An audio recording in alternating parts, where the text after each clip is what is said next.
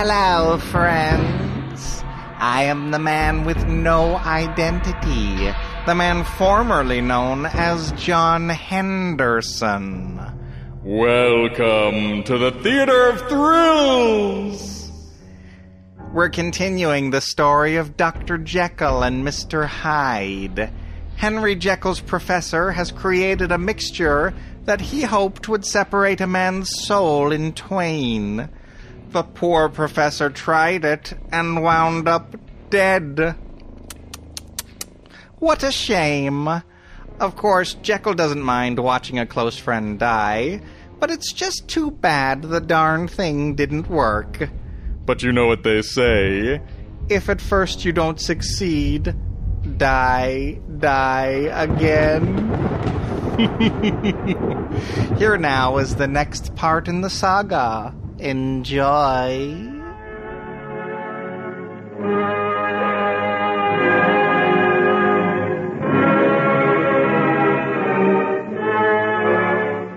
Ladies and gentlemen, we now present George Edwards in Dr. Jekyll and Mr. Hyde.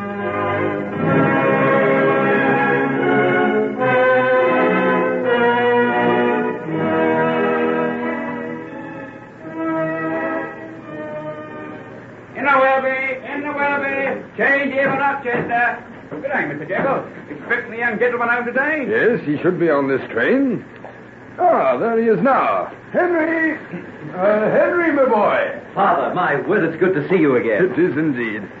What luggage have you got? Oh, just this handbag and a fair-sized trunk in the van. I'll get Watkins to see about it, and we'll go out to the carriage. Your mother's waiting there for you. She's been a little poorly, and I thought it wouldn't be wise for her to come onto this drafty station. Nothing serious, I hope? No, nothing at all. I'm thinking of taking her to some warmer climate after Christmas. Oh, that's all she needs. It's been terribly bleak and cold for the past few weeks. Henry! Why, Margaret, you here? What are you doing here, Puss? We tried to keep her in the carriage as a surprise for you, Henry. I caught a glimpse of him coming along the platform, and I just couldn't wait. When did you come down from London? 2 days ago, I almost let the cat out of the bag in my last letter to you. Have you finished all your exams? Every one of them. I haven't got a thing to do but enjoy myself for the next 7 weeks, and then back to work again. Well, we'll forget all about that. You're looking a little thin and pale, my boy. You need some racing over the moors with Margaret. And a little less of the midnight oil. Just exactly what I intend to do. How are the horses, Father? In fine fettle. Eating their heads off and spoiling for some good hard exercise. Oh, Margaret and I will attend to that, won't we? We will indeed. There's a meet tomorrow morning at Wickham Barns, Henry. I told the squire you would be sure to be there. A meet? Oh, how good that sounds. You can't imagine what the thought of galloping over the fields is like after weeks and weeks of stewing in a stuffy little room. Oh, Mother! Oh, Henry, dearest. Oh, what a great big bear you are. Why, you've left me breathless. Henry, dear, you mustn't lift me off my feet like that. Why not? You like it? And you're blushing, too. I should think I would, in front of all these people. Well, then, come on. Let's all get into the carriage, and I can hold your hand under the rug. You shouldn't have come out into the cold anyway, Mother. She couldn't bear to let Margaret get in ahead of her. Then I shall sit between you and hold both your hands. Oh, you just don't know how marvelous it is to be home again.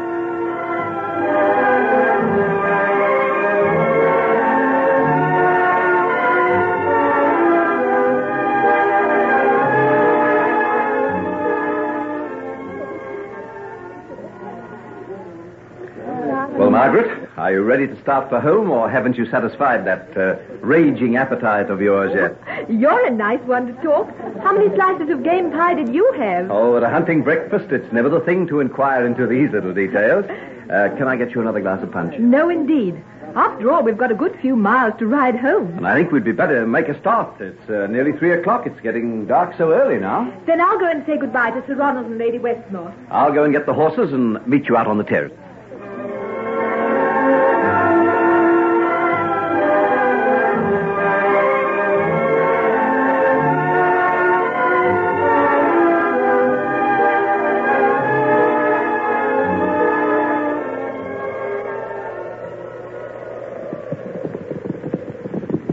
I think we'd better hurry, Margaret. I don't like the look of those clouds. We're going to have a storm. I can't. This mare's dreadfully lame. Can't you do anything about her, Henry? Well, the best thing we can do is to get her home as fast as we can. Oh, heavens, look at those clouds. They're banking right up. We'll be catching it any minute now. Look, Henry, what's that over there? Isn't it some sort of a barn? We could go in there and shelter for a while. Oh, this storm might last for ages. I think we'd better push on. No, I don't think it will. It might be over in half an hour. Whoa, it's beginning to snow. Come along, let's get out of this.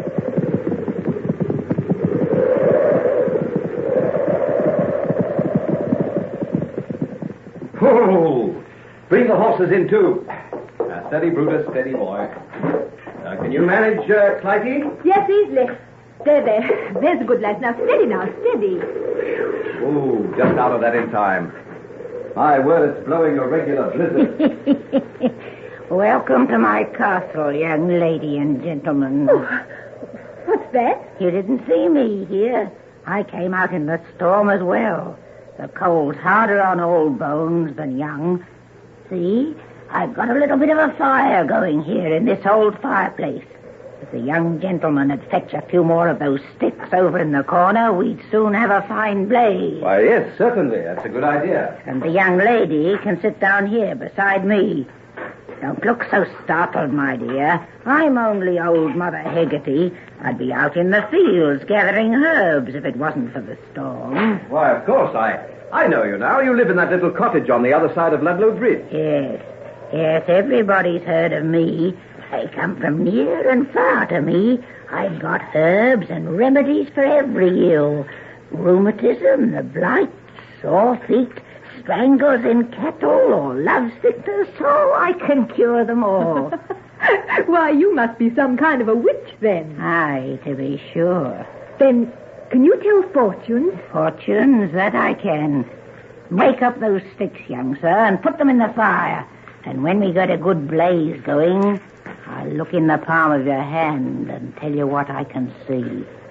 Double, toil and trouble, fire burn and cauldron bubble. Oh, now, Henry, don't make fun. You spoilt everything that time the gypsy was going to tell my fortune at the horse show. Well, you forget I'm a man of science, or I hope to be. And anyhow, I know your future. Do you indeed? Well, we'll see. Come along, Mother Hegarty. Tell me what you see in my hand. Aye, a soft white hand, full of luxuries and no hardships. Anyone might envy such a hand if they hadn't eyes to see. What do you mean by that? See this line along your wrist? And this one here? Look how your life gets cut in two. Aye, there's a load of sorrow in your hand, my pretty one. You see, Margaret, you're not going to have everything your own way after all. You may mock at me, young man, but you'll not laugh a little later on. You'll remember what I say to you today. Show me that fine white hand of yours. Come along. Hold it out. What are you waiting for? Why, Henry, I believe you're afraid of what she might say. So you do believe her after all? Believe? In this hocus-pocus? Then hold out your hand. Turn it towards the fire so that I can see. Here you are, then. Let's hear it all. The other one. I need to have them both. Nay, I'll not tell you anything. Take your hands away. Oh, see what you've done, Henry. You've spoiled it all. Oh, please, Mother Hegarty, tell me mine. I'll tell you one thing, my pretty. Keep away from the man with the signs that this young gentleman has got in his hand. Whatever do you mean? Oh, she doesn't mean anything. She's cross with me and wants to make me out a villain. It's not me that'll make you out a villain, young gentleman. It'll be yourself. Oh, what a horrid old person you are. Because I don't say pleasant things about your sweetheart. Very well, then. I'll read what I see, so you'll not be heeding. You believe nothing but you want to if you're in love with him. Come, stir up the fire and give me light. Aye. Now I can see. Here's the right hand. Everything as smooth and fine as it should be. And here's the left. Can you see the difference? Mark the way those lines go twisting right across the palm. They break and twist and end in nothing. And the thumb. Aye, that's a main queer thumb to grow on such a fine, strong hand as yours, young gentleman. What's that got to do with it? You don't like it either. Come along now. Don't jerk away like that. You want to hear, so let me see some more. Yes, Henry, let her. You'll be wise to listen, young lady.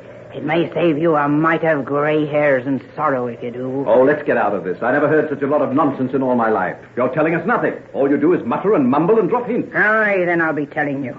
One hand's the good in you, and one's the bad. And what's this I see?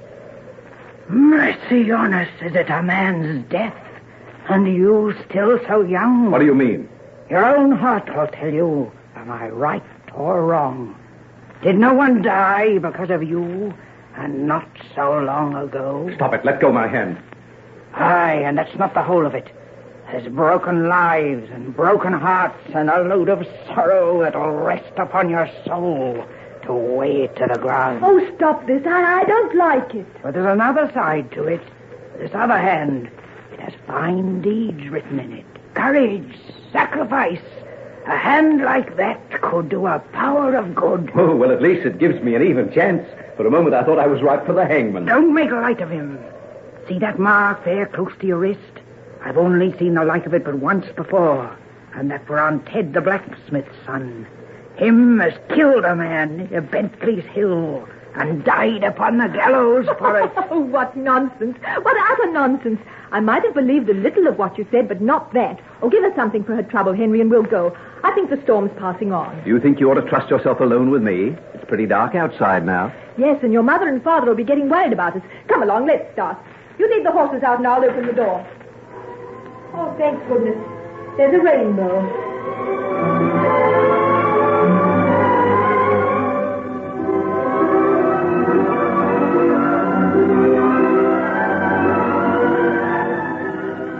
Why, my dear children, I've been worried to death about you. Margaret, you're soaked through. Go up and change at once.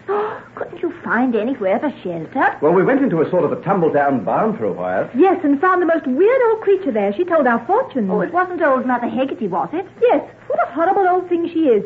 She told us all sorts of beastly things. Mother Heggarty did. Why, she always seems the most kindly old soul. She's a little mad, of course, but I've been told she was quite a brilliant woman once. Her husband was a chemist and did all sorts of experiments. That's how she gets such results with her herbs. She learns it from him. She may be a good chemist, but I hope she's a bad fortune teller. Oh, it's chiefly character analysis, you know. I've heard that she's quite amazing at it. Though why anyone should want to be told what their character's like, I can't imagine. Surely everybody knows themselves. Dear little mother. If only all of us were as simple, as uncomplex as you. Instead of being like Henry, outwardly a saint, inside a sort of monster. What on earth are you talking about, dear? Well, that's what the old woman said. And what are you going to do about it, Margaret? Do? I'm going upstairs to have a bath and a rest, and then I'm going to get dressed and go off to the hunt ball with you, you double-dyed villain. In spite of the threat of the gallows? In spite of everything, Henry.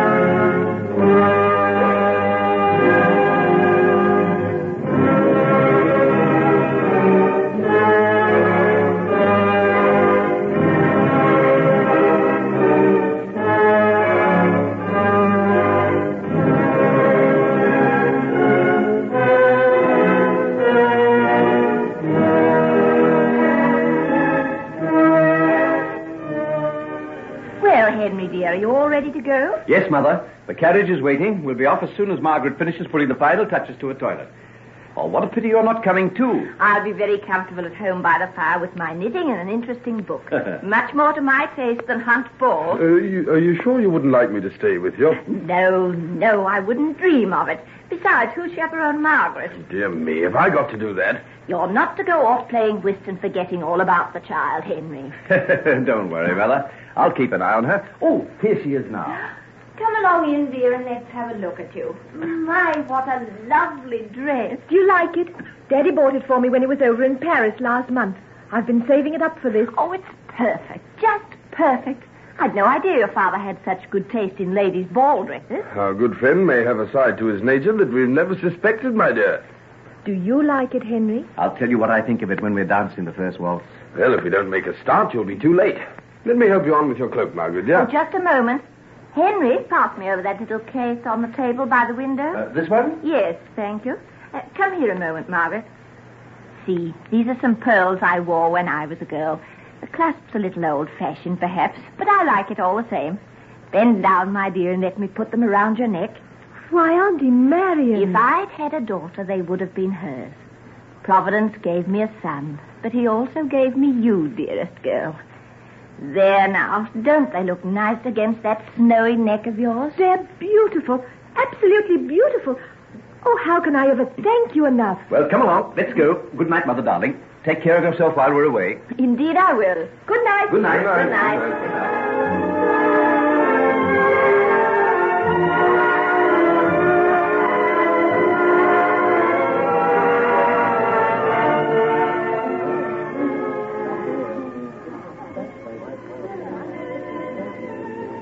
Margaret, darling, what a dream of a frock. You look divine. Thanks, Molly. Yours is lovely, too. Is my hair all right at the back? Of course it is. If only I had red hair like yours. And such lovely curls. What's wrong with yours? It shines just like satin.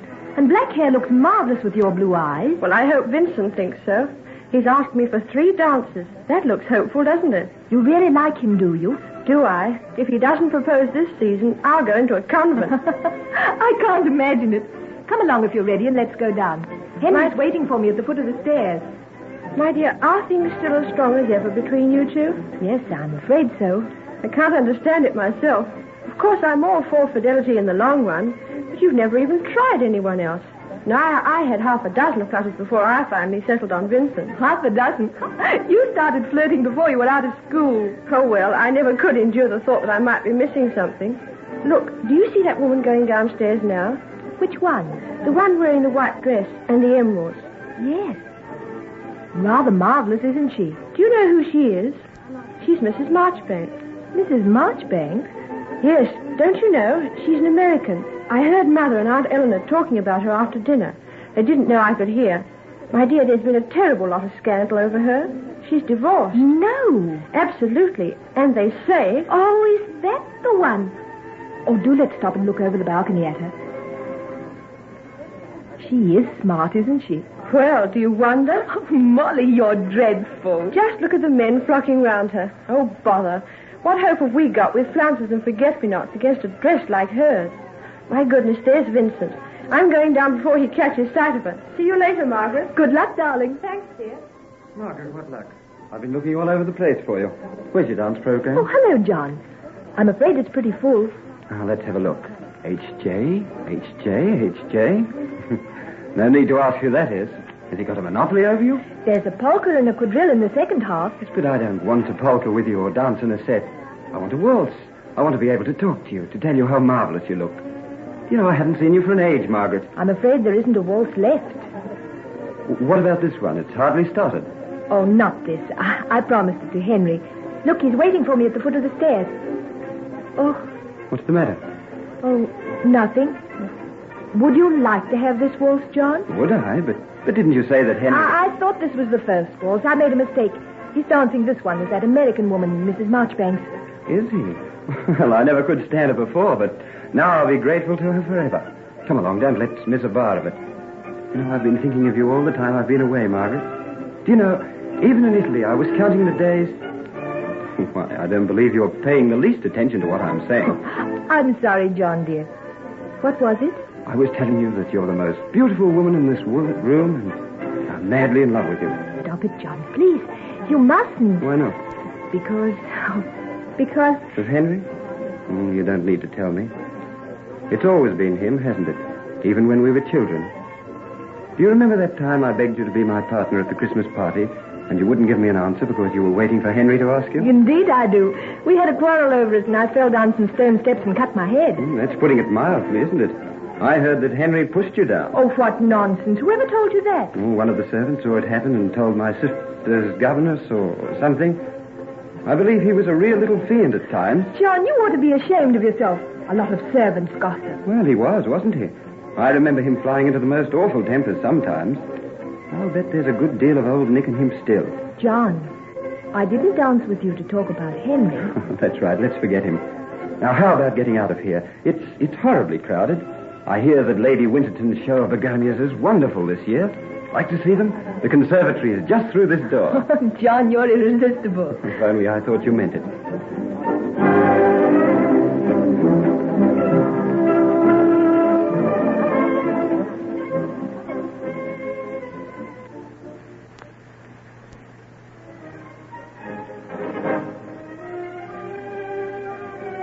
Tell me about yourself, Dr. Jekyll.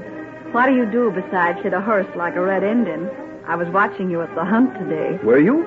I didn't see you. Oh, no. I'm no Amazon. I was comfortably wrapped up in rugs and getting a view from the Marchioness's carriage. Oh. Do you utterly despise me for that? Oh, not at all. It seems right enough somehow. I couldn't imagine you riding over fences and getting splashed with water and mud. Or landing head first in a ditch. Poor Tilly Lansdowne. She did take a tumble, didn't she? You know, you dance as well as you ride. Oh. Do you know that? You'll have my head turned soon. Does it turn easily? Too easily. Whenever a pretty woman passes by. How old are you? Oh, now, that's not fair. Why? You're not still so young that you're ashamed of your age, are you? Well, I'm 22. And everything to learn.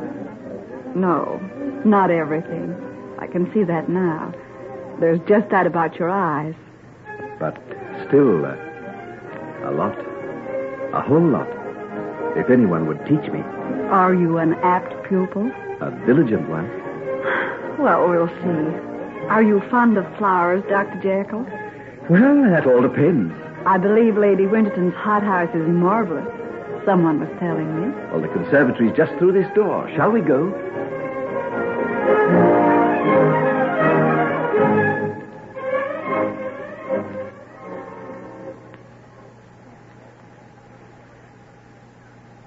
Let's go back, John.